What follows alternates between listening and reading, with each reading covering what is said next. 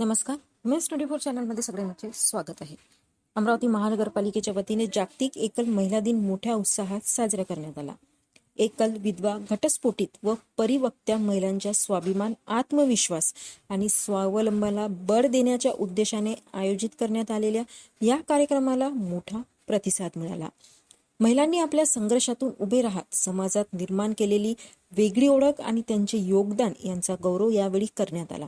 कार्यक्रमाच्या अध्यक्षस्थानी अमरावती महानगरपालिका आयुक्त सौ वर्षाताई लड्डा उपस्थित होत्या.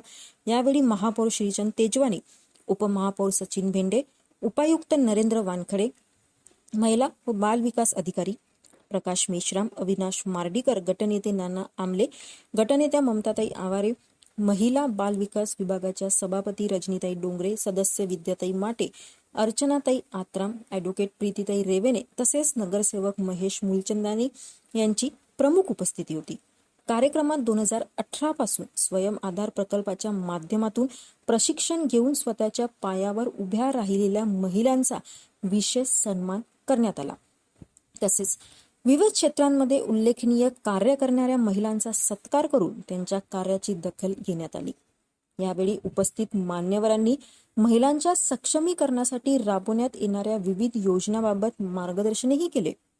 बडनेरा येथील आधार शहरी बेघर निवारा केंद्रात अविरत सेवा देणारे राजू बसवनाते आणि ज्योती राठोड यांचा अमरावती महानगरपालिकेच्या वतीने विशेष सन्मान करण्यात आला.